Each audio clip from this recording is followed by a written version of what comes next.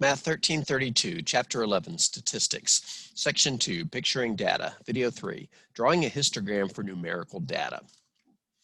This is going to look a lot like a bar graph. In fact, it's very easy to get a bar graph and a histogram mixed up. They both pretty much have the same concept. They both represent frequencies with bars reached to the correct height, or if it's a horizontal, to the correct length. But there are a couple of subtle differences, very subtle differences between drawing a histogram for numerical data and a bar graph for categorical data. Before we get into how to build one, let's just take a look at one real quick. Let's see, here's one from the book Mathematics in Our World, written by Sebecki, published by McGraw-Hill. I believe it's the 12th edition.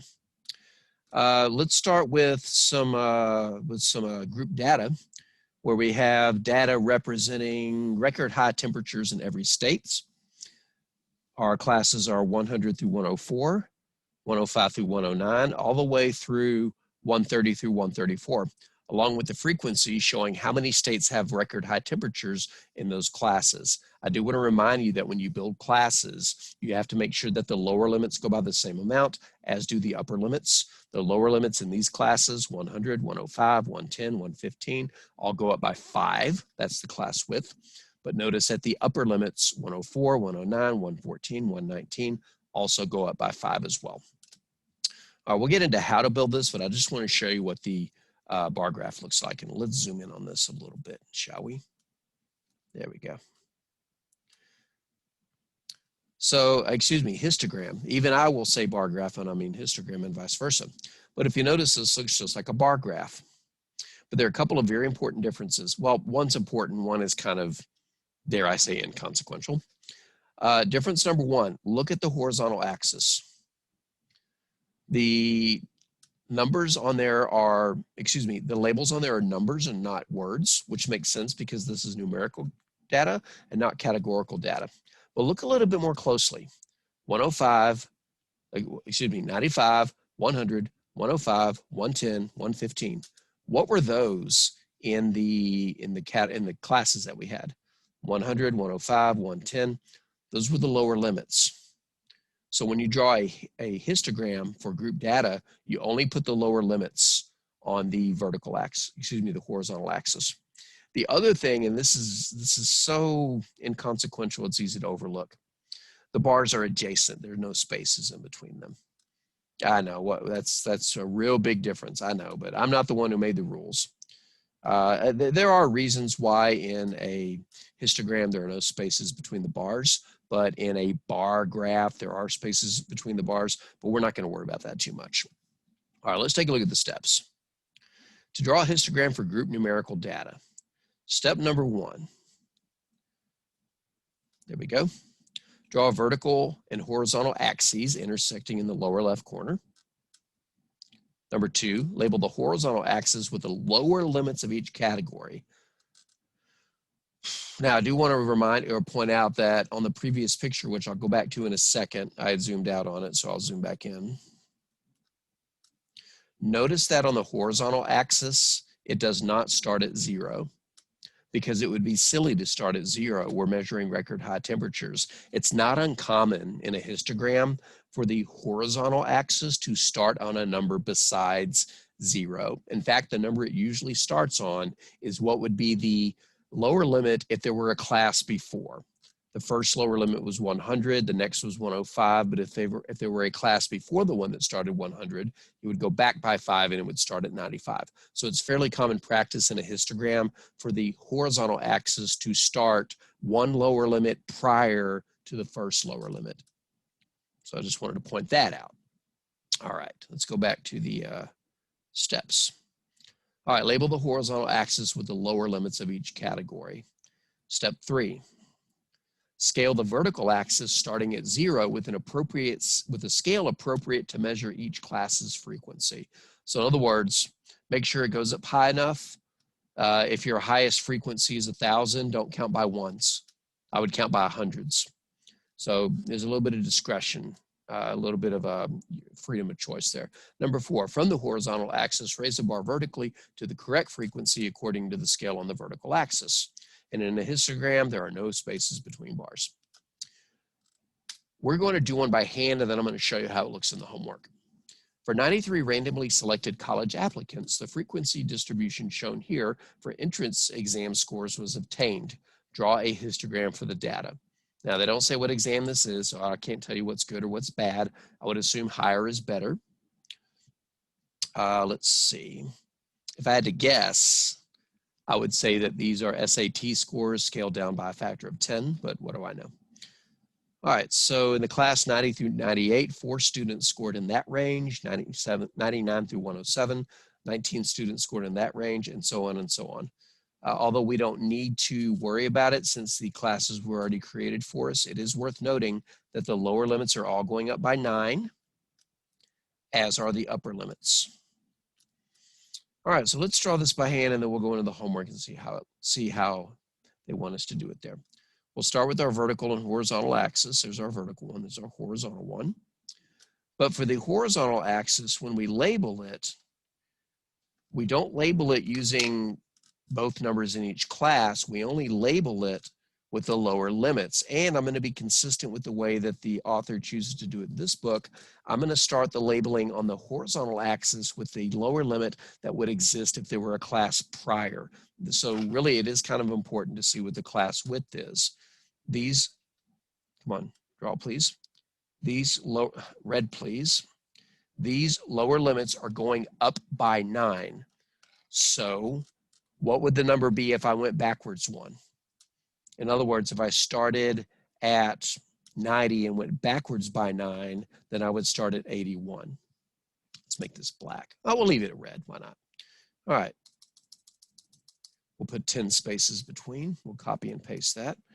And then just start typing our lower limits. So 90, 99, 108, 117, 126.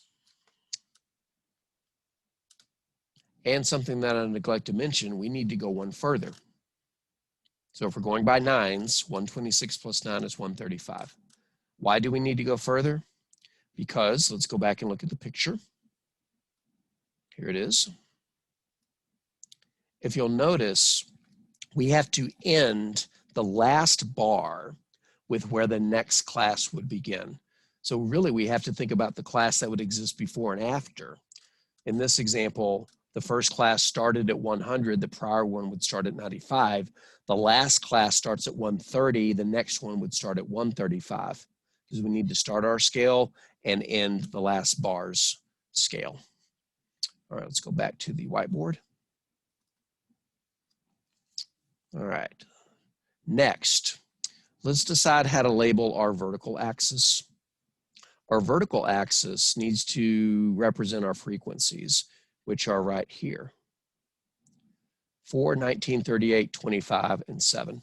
These only go up to 38, so for a nice round number, I'm probably going to scale my vertical axis up to 40, and I think I'll scale it by 5s. I'm going to pause the video so I can type and scale this well.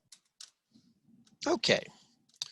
I've got the vertical axis scaled by 5s from 0 to 40. And to help raise the bars correctly, I've drawn horizontal lines at each number on the vertical scale. Now all I have to do is to raise a bar for each class the correct frequency. When you raise a bar, start at its lower limit. So we're going to start a bar at 90. And it should end at the next class's lower limit. So it's going to be about there above the 99. It's going to go up about 4, which is a little bit below 5, so we'll put it there. Now let's draw another bar adjacent to that, starting at 99. That one goes up to 19, which is a little below 20, and should go to the next lower limit of 108. The next class starts at 108. Remember, the bars are touching each other. Goes all the way up to 38, so that's the tall bar, and goes to the next lower limit of 117. Let's lower that bar just a little bit there. There we go. Maybe a little bit lower because 38 shouldn't be as high, as close to 40 as 19 is to 20. And the next class, which starts at 117 and goes up to 25. Let's raise it up to 25 and let's lower it just a little bit. I'm being super persnickety here. The last bar starts at, the bar's a little bit wide. It needs to, there we go. All right, our last bar starts at 126 and goes up 7. It's about right there. And I am being super persnickety getting these bars all the way down to the bottom. But, you know, if you're drawing them by hand, it wouldn't bother me if they weren't all the way down there.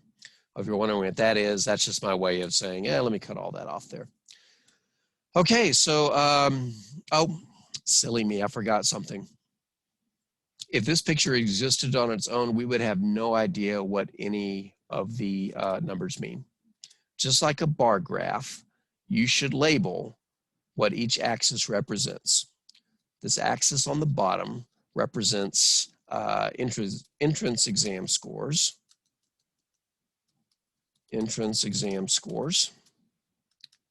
And the vertical axis represents number of college applicants. Number of college applicants. And now it's a better histogram. I think it would be an even better histogram if we knew the type of test it was or whatever, but it is what it is. All right, so a histogram is just like a bar graph with a few changes. Bars touch each other. The labels on the horizontal axis represent the lower limits of each class, and we need to stretch those labels in both directions by 1 so that we can begin the scale and make sure that the last bar has a number at the end of it. Oh, I was about to end the video, but I want to show you how you would do this in the homework. And luckily, it's really easy to do in the homework. Let's take this down a couple of notches. All right. This is so easy, it's not even funny. All you have to do is type or drag. The first class goes up 4. So hover until you see a finger and click and drag until it says 4. Problem is you gotta land right on it. With a mouse, it may be easier than a mouse pad. Or you can just type the numbers in. So the next frequency is 19. 19, enter. Next frequency is 38, and then 25 and 7. 38, enter. 25, enter. 7, enter. And I know what some of you are thinking. You did all that video when I could have just typed those numbers. I've said it before, I'm not just about getting answers. I'm about understanding the concept so that you can make your brain work better. All right, so that part was pretty easy. All right, we got one more video in this section. And so let's get to it.